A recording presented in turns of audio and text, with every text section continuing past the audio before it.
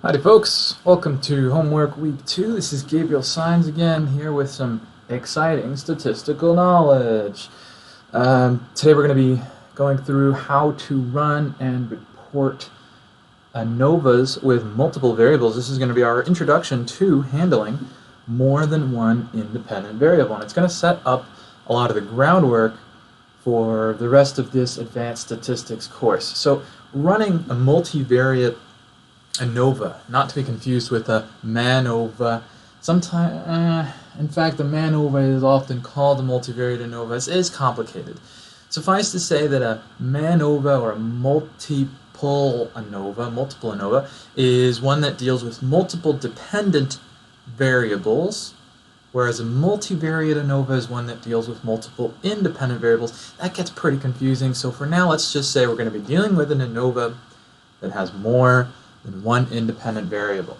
The majority of it is fairly easy. It kind of works exactly the same way that your normal ANOVA is going to work. We're going to be using this data set from StatCrunch. It's a data set all about trying to figure out what retirement age do people want to retire at. And it's got some independent variables: gender, age, how optimistic you are about the future of the United States compared to last year. So people are more, less, or equally optimistic about the US's future than they were last year. And then we also have, do you think you'll be better off than your parents over their lifetime? So do you think you're better, worse, or about the same? And it's not very specific on what they mean by better off, but you can probably call it quality of life. So we're trying to understand what factors affect the age you want to retire on. Now, this data set is pretty big. Let's see, I've got it here to show you what it looks like. A lot of the data sets we're going to be working with are fairly large. This is a data set with 3,200 people in it. And we are actually going to use the full data set. And what that might mean, you may be able to already start to make guesses, but the data set itself is not too complicated. We've got all these variables. We also are going to look at age eventually. We know that it's a data variable in the data set, but we can't really use it in a regular ANOVA, so that might be a bit troublesome. But for now, I've gone ahead and copied that full data set into a Jamovi file, and you see we've got it organized kind of the way you would expect it to be. Age is continuous, but these other three are categorical, and they're string or character variables. You can see because it's got a level A there, and our dependent variable, what age do you want to retire at? Okay, so I accidentally left this thing here. We'll work with the ANOVA later on today. So what are we going to do with this variable set? Well, when you run a one-way ANOVA, or an ANOVA that has one independent variable, what you do is, well, let's go ahead and run that right now, right? We could run a one-way ANOVA, and this is the only time I think I'll use this one-way ANOVA dialog. And we can say, well, how does retirement age change based on gender? And it tells us that there's a significant difference in retirement age. You look at the descriptives table, we can see that females want to retire 2 years later than males, apparently, and the non-gendered other group wants to retire about the same age as the males. Looks like a little graph to show that for us too. You'll notice that the standard deviations here are pretty dang big. You'll notice that there's a so if I was to estimate, there's a standard deviation of about 10 here for these two groups, male and female, and there's a difference between the two groups of 2 years. You wouldn't think that a difference of 1/5 of a standard deviation would be considered significant. And if we look at the, do we have, I guess it doesn't let us pick an effect size here. How very useful is this? You'll notice I really don't like this one-way ANOVA dialog. But so if we do this the better way, we do it just a standard ANOVA dialog. We're going to run the same analysis, how is retirement age different between genders. We'll get the same results here. P is less than 0.01 with a F of 9783. The F is a little bit different because, yes, we are doing it. Technically, it's a slightly different analysis, but the P is almost exactly the same. And the F's are pretty dang close. Pretty dang close. Especially for this amount of effect size. Anyway, so we ask for the effect size, sorry, for this amount of sample size. We ask for the effect size, we see an eta squared of 0.006. Now, I can tell you that a small eta is 0.01 and a large eta is 0.14. So 0.01 is a small eta. We have here a really teeny tiny eta, and that's not a big surprise that this is really teeny tiny because, again, our descriptives tell us that there's a really, really teeny tiny difference between these two things. And I'm not sure why it's not, oh, whoops, I haven't dragged that in there. There we go. So because this is such a teeny, teeny, tiny difference, this is a teeny, teeny, tiny effect size. Now the standard error that we have here is also pretty small. And this standard error is really small because we have a very large sample size. And because the standard error is really small, the range where we might be able to take male versus female retirement ages is fairly small as well. So you see why we have a significant difference there. But because we pretty much have a significant difference here just because there's a ginormous sample size. And we can double check that because we have a teeny tiny effect size. Okay, now we've done the ANOVA. We don't really need a post hoc test because it's just a two condition variable. But the thing about running one-way ANOVAs is you can't use multiple independent variables. So one option we have is to run 3 one-way ANOVAs. Now, if we do that, we're going to get type 1 error issues. So the one-way ANOVA dialog is pretty helpful in that it's going to, it won't let us run, it'll let us run this analysis between genders for multiple dependent variables. But if we want to run this analysis here for multiple independent variables, I'm just going to go ahead and grab another ANOVA. This time we're going to get, we're going to see the optimism as our independent variable, and ask for the effect size, and I'm going to get a third ANOVA, and I'm going to ask this time for the parents, and get an effect size there. So let's take a quick look.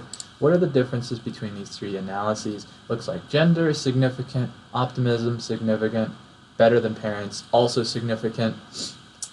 Gender and optimism have fairly small effect sizes, so I wouldn't put too much bank on these analyses.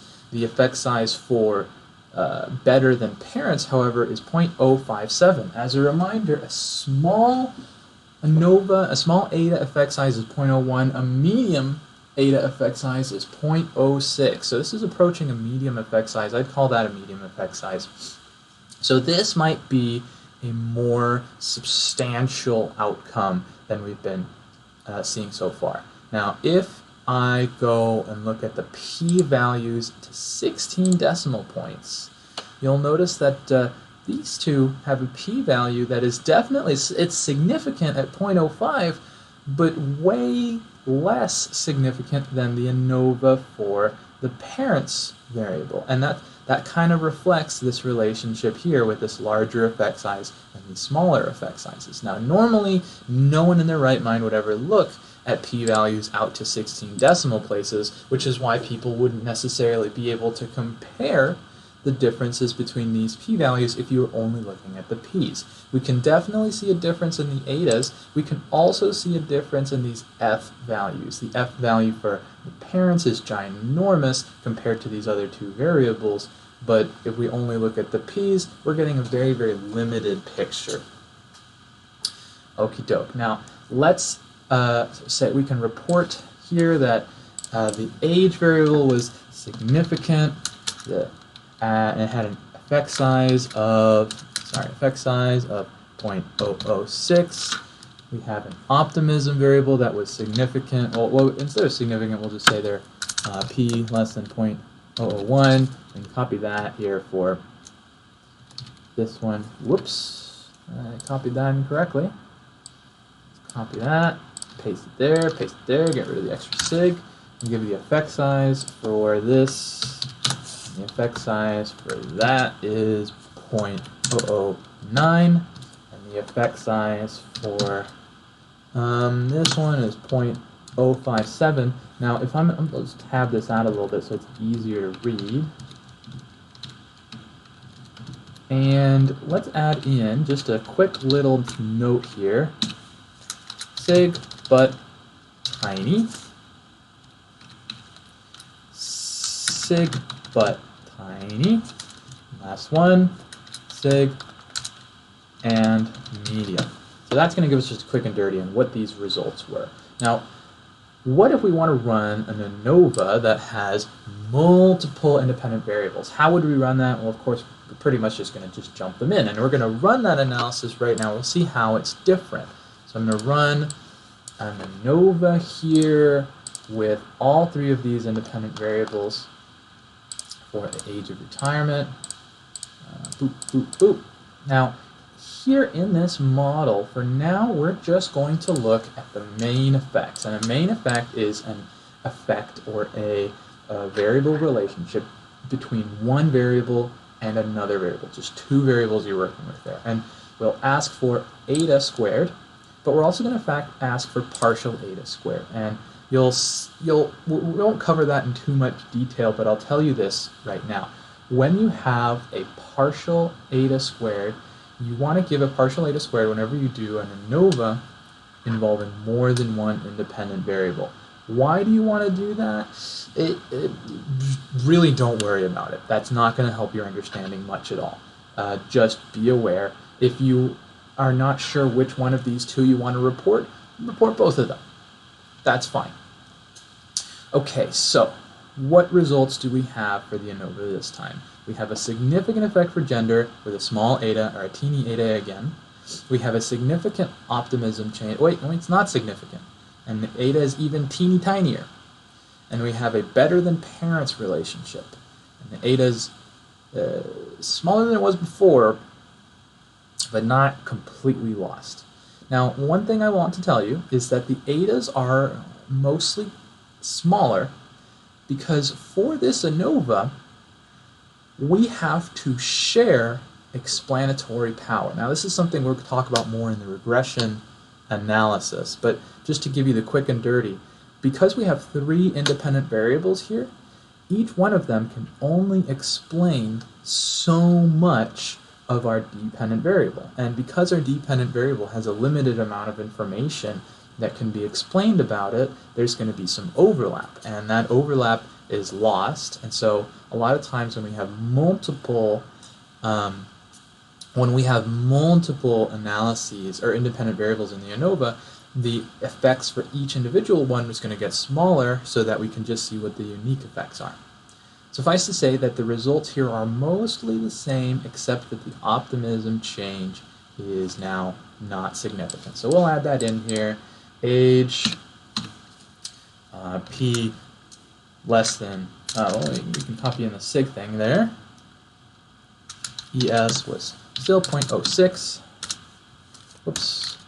Optimism is now not sig at P less, or P equals 0.131 with an effect size of 0.001.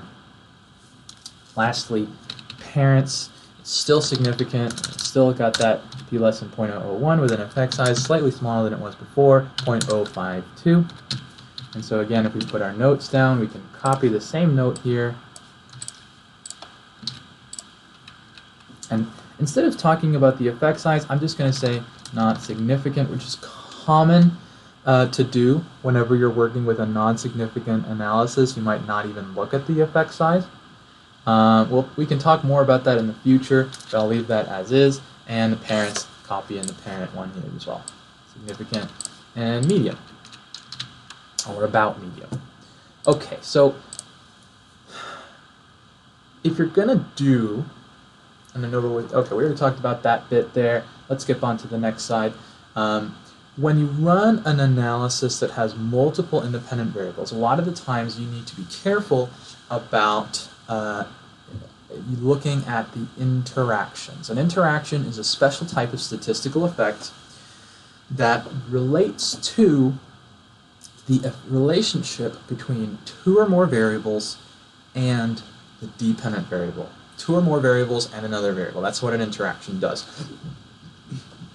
Excuse me. Now, when you look at an interaction, it's actually going to be statistically analyzed in exactly the same way as a normal main effect, or an effect of just one variable on another one. So let me just show you what an interaction might look like. If we go back here, we go to the model dialog. I want to see, does gender and optimism change affect the age at which people want to retire? So we add that in. You might have noticed this stuff got a little bit smaller because we got another variable there, but not to worry. Gender and optimism change, not significant at all. Still gives us an eta and a partial eta squared. So these numbers are going to be reported in exactly the same way, and they're going to be interpreted in almost the same way as you would your regular ANOVA output. What exactly is an interaction? How is it interpreted? Well, an interaction kind of just tells you what's going on at a specific level of two variables instead of just one variable. So let me give you an example that I use anytime I teach interactions. Let's say that we wanted to see how does a specific type of food and a specific condiment affect how much you enjoy what you're eating. Folks who've taken me before are going to be familiar with this, and of course y'all can skip ahead if you understand interactions. Here we've got a graph that shows if you ate a hot dog or ice cream and how much you enjoyed that, but we also have data here for whether the hot dog or ice cream had chocolate sauce or mustard on them. So a hot dog with mustard on it, this blue line is, a hot dog with chocolate sauce is the blue line, is not as enjoyable as a hot dog with mustard. Ice cream with mustard is not as enjoyable as ice cream with chocolate sauce. Not a big surprise. Now, this graph is showing us the food and condiment interaction.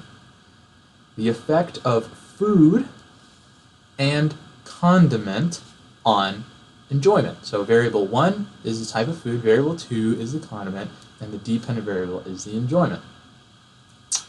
Now, why do we need to look at an interaction?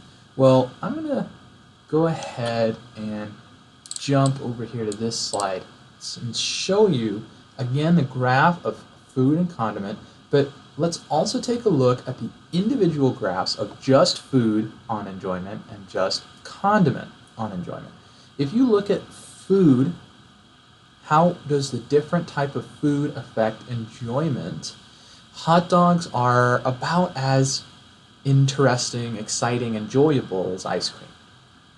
And if we look at the graph for chocolate sauce and mustard, chocolate sauce looks like it might be more enjoyable than mustard.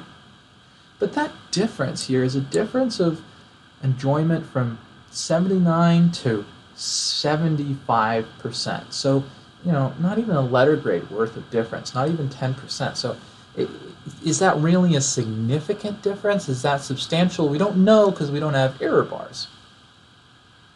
How can we translate these two ANOVA graphs into this ANOVA graph that shows all three relationships? Well, actually, this graph is going to show both of these graphs simultaneously. Number one, we know that food matters a little bit, and we know that condiment matters a bit more, but we also know that the interaction of food and condiment is super important. How can we tell? Well, first of all, let's find this relationship. Hot dogs are just a little bit better than ice cream.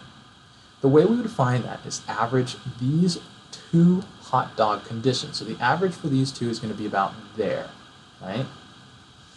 So I'll just insert a little dot there to show that this is where hot dog enjoyment is average, and if I wish to put where ice cream enjoyment is on average, it would probably be there, about midway between these two dots there. So you can see that maybe hot dogs and ice creams are enjoyed almost exactly the same.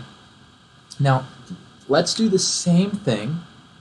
We just showed you how food is on this graph. Now I'm going to show you how condiment is on this graph. We're going to put this dot in between all of the chocolate sauce data that we have. And so chocolate sauce is this blue line. So if we put that, it's actually right here in the middle. And if we put this dot where the average of mustard is, again, it's going to be there. So the difference, out there, it's kind of doing some funny wiggling stuff. But so there's a bigger difference there than there was between hot dogs and ice cream. And that's what we see here. Bigger difference here than here. But, and here's the big but, the size of the difference for the interaction is ginormous compared to the size of either of these two differences, right? The size between these two dots is huge compared to the size between these two dots. And why is that going on? Well, obviously it's because people don't really like hot dogs with chocolate sauce, but they love ice cream with chocolate sauce. One way to interpret what the interaction means, or to describe the interaction in words, is to say that the relationship between one variable and the dependent variable depends on the relationship between the other variable and the dependent variable. Or, another thing you can say is that the relationship between food and enjoyment depends on condiment. Yes, mustard is generally less likable than chocolate sauce.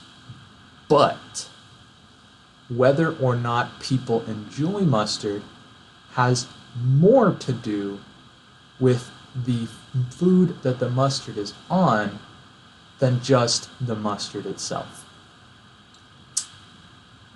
Another way to say that, another way to interpret this graph might be that people love hot dogs with mustard, but they don't really like hot dogs with chocolate sauce.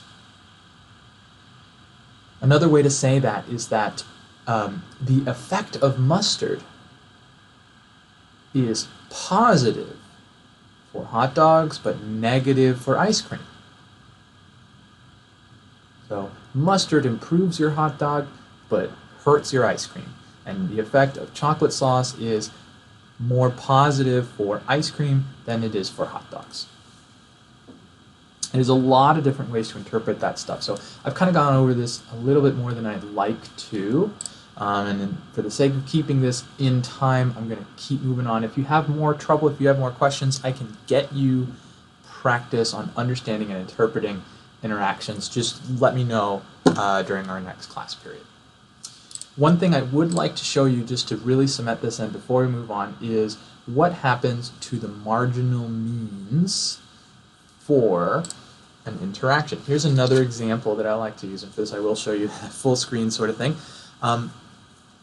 Let's imagine we're comparing how much people like, how happy people are when they get chocolate or don't get chocolate, and when they like chocolate versus don't like chocolate. So if they get chocolate and like chocolate, they're 10 happiness.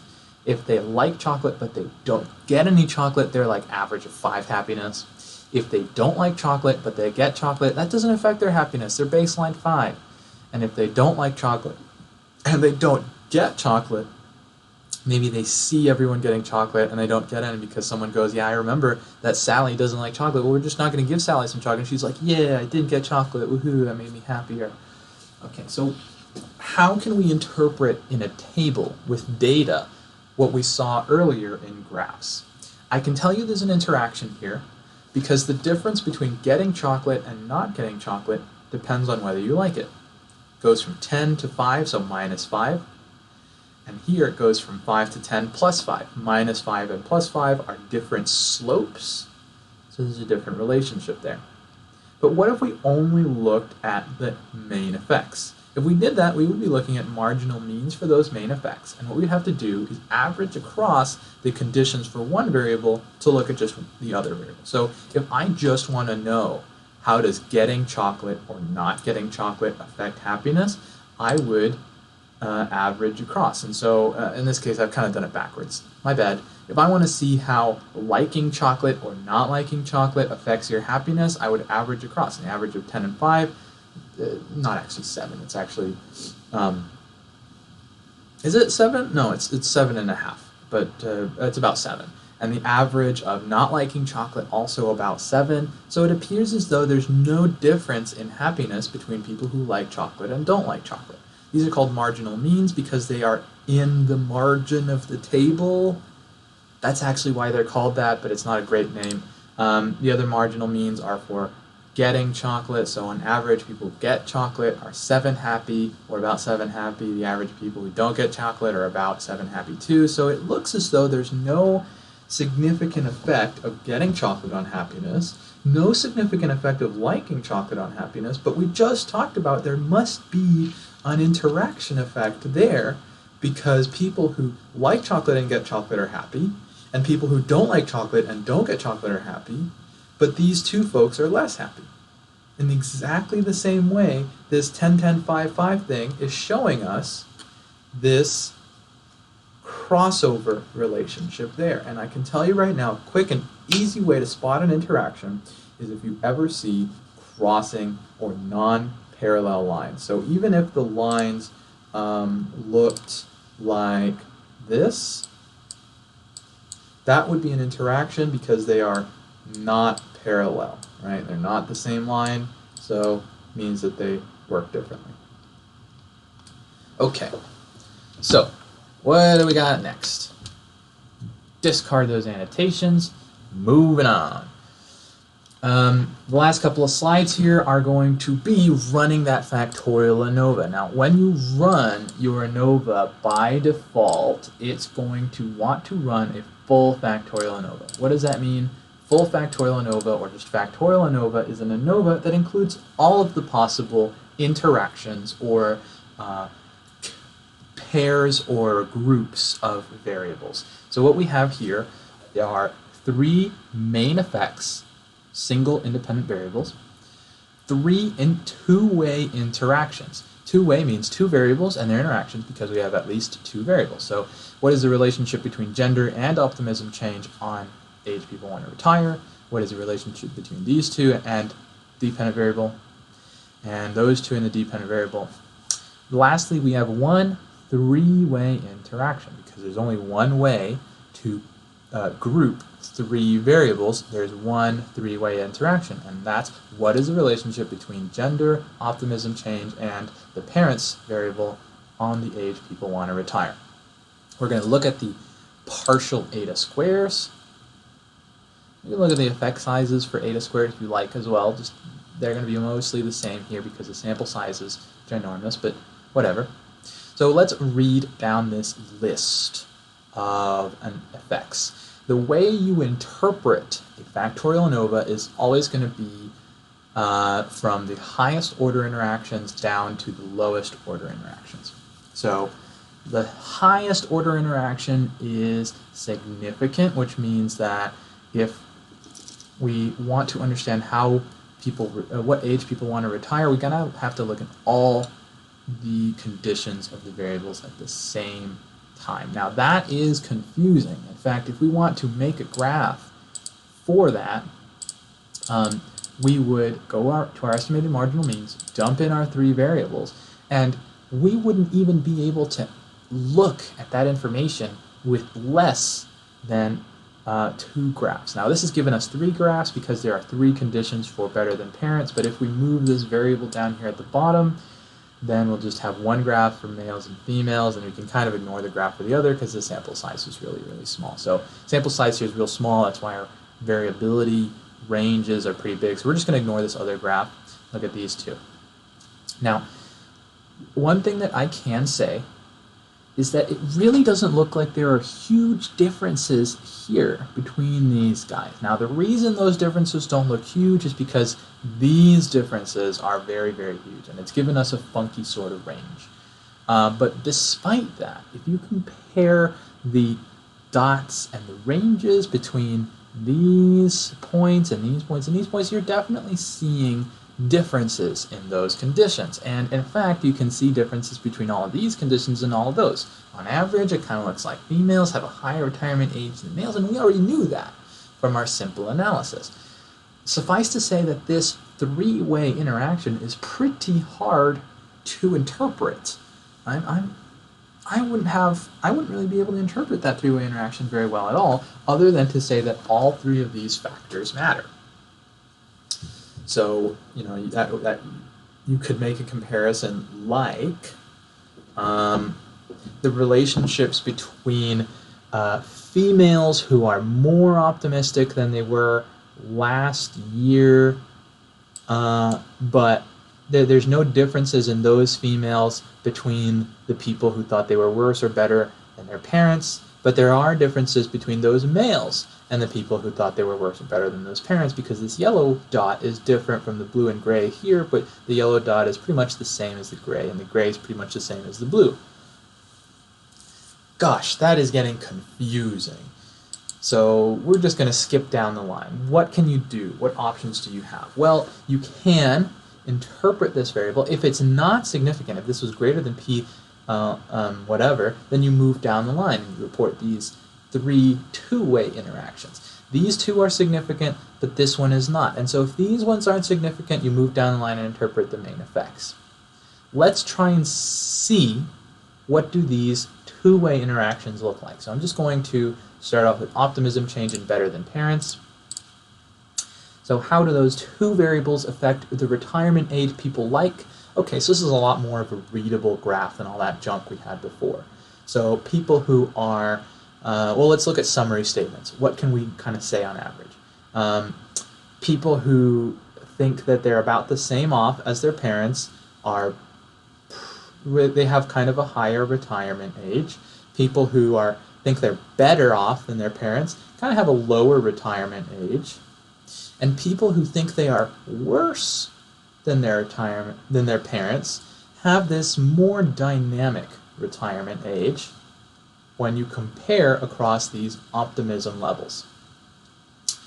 How would I describe that? Well, people who are worse off than their parents, this blue line, and less optimistic about the United States want to retire really late. But people who are worse off than their parents and more optimistic about the United States future want to retire at this much younger age. What is older or younger? Well, at the very least, we can tell you that this is the oldest retirement age of the whole bunch, and this is just about the youngest retirement age of the whole bunch. It's got a big variability, which tells us that there's not as many people in this group as there is in this group, but still an interesting data point nonetheless. If you manipulate this, which variable comes first here, we'll get a different graph, but instead of having, shoot, I don't even remember which variable was unlocked. Instead of having one variable here and one variable there, they're going to switch places. This graph looks a little bit harder to read, but it tells us it tells us exactly the same story, but it kind of suggests different explanations. For example, people who think they're about as well off as their parents all want to retire around the same age. But folks who think they're better off than their parents kind of want to retire at this younger age. Folks who think they're worse off than their parents want to retire at a wider range of ages depending on optimism. So this tells us that the effect of optimism, wider, all the same, lower, depends on whether or not you think you're better than your parents. Another way to say the exact same thing is that the effect of being better off than your parents, so all over the place, higher, lower, depends on whether or not you are more or less optimistic than you were last year. Oh boy, so how are we going to report all this stuff? Gosh, it's getting confusing, and we're already at the 35-minute mark, so I don't want to go too deep into this anymore. But suffice to say that you have a couple options. You can report all of these things, all of these P's and F's and Etas and DF values, which would take forever. you can report the highest, most significant analysis. So in this case, you might just report this three-way interaction because it's significant and leave it there.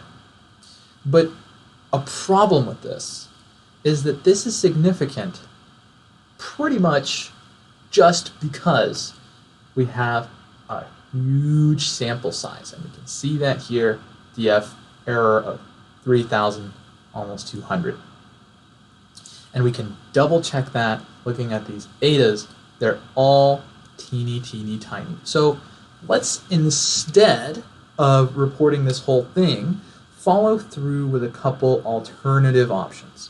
One option is to apply a Bonferroni correction. If you remember from last week, the Bonferroni correction is going to say, well, we're only going to look at significant effects that achieve a level of significance that accounts for the amount of analyses that we did.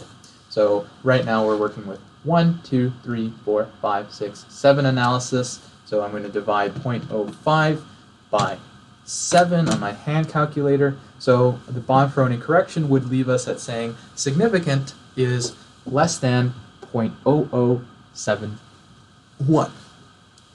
So still all of these are significant except the one that wasn't significant, and this one that would have been significant in 0.05 not significant anymore. But the ones that we need to look at for now are these three because these are the higher order effects. So the Bonferroni correction hasn't really helped us here with our sample size problem. It has helped us notice that gender doesn't matter as much as we thought it did before, but we're still working with 6 analyses, still 6. Well, yeah, this one's not significant. So we're still working with 1, 2, 3, 4, 5 significant effects, and we'd be reporting, plus these non-significant ones if we wanted to, which is quite a bit of stuff. So another thing that you could do is say, well, these effect sizes here are going to guide my hand, and because this effect size is big, I'll report this stuff, but I won't really put too much stay on it. And what you can do is go through and get rid of the analyses you don't like or that are either not significant or not substantial enough. So if we get rid of that, let's see how that changes our view of the results. So now things are starting to change. Some stuff has become more significant and some of our effect sizes are getting bigger. This effect size here is still teeny tiny, so let's get rid of it. Why not? This effect size here is still pretty dang small, so we can get rid of it. This effect size, pretty dang small, so we can get rid of it.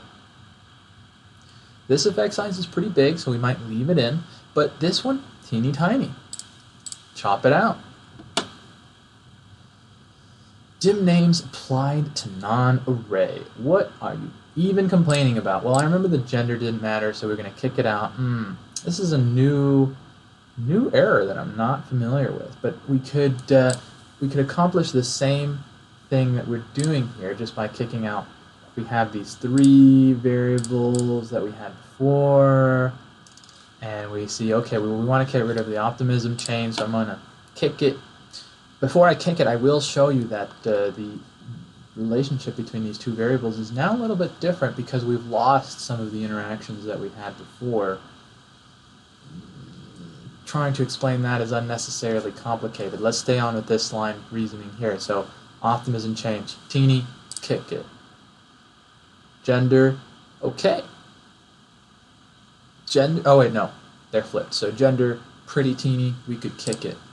Blammo. So we end up with this much simplified analysis that tells us that out of all those things that we were looking at before, really the only thing that matters is how much better off you are than your parents. Now, this is so much simpler to interpret than when we had before, but we are losing some information.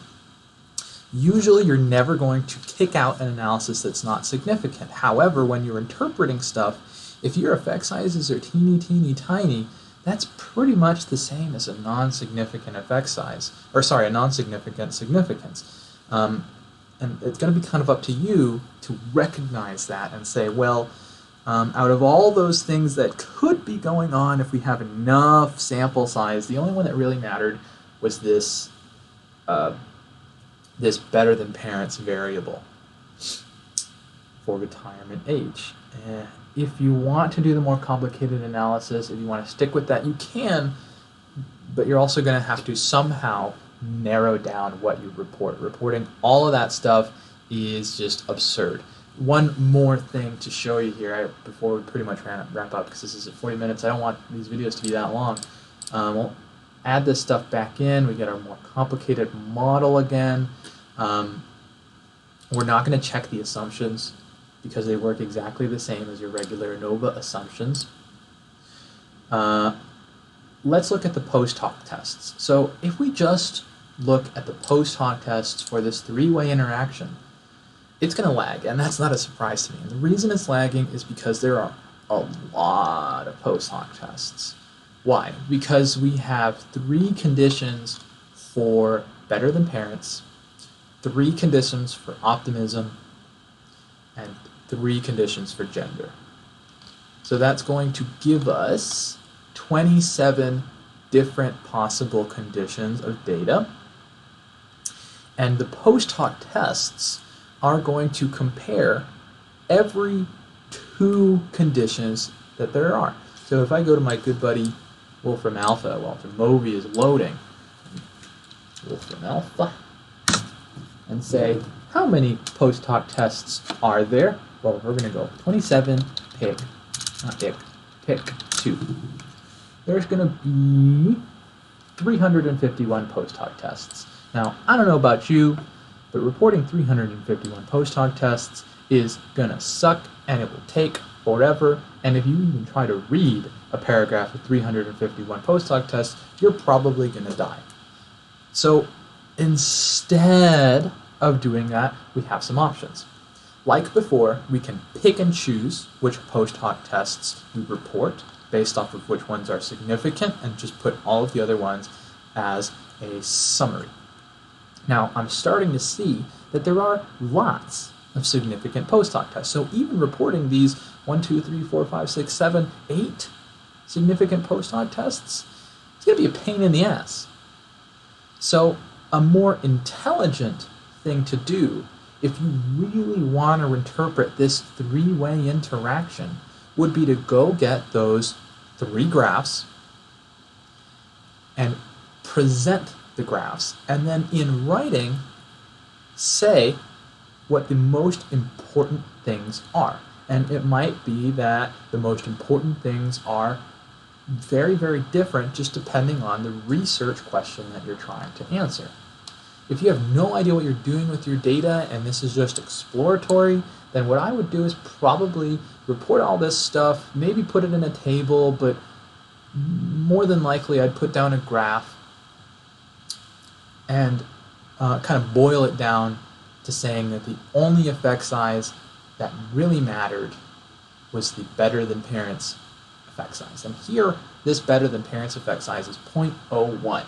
The definition, that's the definition of a small effect size. And the reason it's a small effect size is because it's got this really complicated analysis when it really doesn't need to. So one thing you could say is something along the lines of this. A full factorial ANOVA was run to see whether the better than parents, gender, and optimism change variables really impacted age of retirement. Although there were many significant effects, see Table 1, listed numbers, the effects are exaggerated by the sample size of the current study. We eliminated small effects, we eliminated effects that were smaller than a smaller effect size, or effects that were smaller than 0.01, starting from the highest order interaction, 1 by 1, until we were left with effects that were larger than a small effect. And so let me walk you through doing that. Let's eliminate the effects that are smaller than a small effect size. Get rid of this one. Let's kick this out just so it stops. It's going to lag a little bit. No more post hocs. Kick this out because it's a little smaller than small. Take this out, smaller than small, that. We need to do them one by one because they do change. Smaller than small, kick it. Smaller than small, kick it. And it didn't like me kicking them here, so smaller than small, kick it. Smaller than small, kick it. And we end up with this simplified model. So if we go back to saying what we're doing, we removed effects that were smaller than a small effect size, parenthesis 0.01, until we were left with a substantial effect of the parent variable. And then you can add a conclusion. Out of the independent variables studied, only the better than parents variable had a substantial effect size effect on the age people wanted to retire. And we can see that here. People who feel worse off than their parents want to retire at an older age. People who are better off than their parents want to retire at a younger age. And the age differences between 62 and 70 are pretty dang substantial, because we know in real life that that's a 10-year difference. That's pretty huge. And we can substantiate that it's substantial because we have a mid-size effect here. So even though this is a significant effect with a huge sample size, we can identify 2 reasons why those are large. Now, earlier we were working with teeny tiny effect sizes. If you have a teeny tiny effect size that you think matters for whatever reason, you can explain that. You can talk about that. But that's a personal choice that has to do with the data and the area of research that you're in. These last couple of slides here are going to mostly say what I was saying before. When you're dealing with an interaction, report down the line of complexity based off of what is significant. If your highest order interaction is significant, you're done. If your highest order interaction is not significant, report it and the next one down, and do that again until you get to the main effects. How do we deal with too many post hoc effects? Use a graph, summary statements, or focus just on the research questions that you care about. And I could add in here, simplify your model, either based on significance or substantialism, or really effect size. What is my factorial ANOVA report going to look like? I'm not going to write it out right now because it's going to take a lot of time, but I'll write it out and include it in the uploaded PowerPoint later on, and we'll have some practice for this in class. How do we deal with those multiple categorical variables? Well, there are more problems that we're going to have to deal with, and we will see some of those problems in class next week. Part of those, just to give you a quick and dirty, well, we've gone over time, so here's the quick and dirty. Hopefully this information was useful. If you have any questions, feel free to comment on the video, send me an email. I'm happy to help you out there. I'll upload this to our Blackboard, and have a good week. Ciao.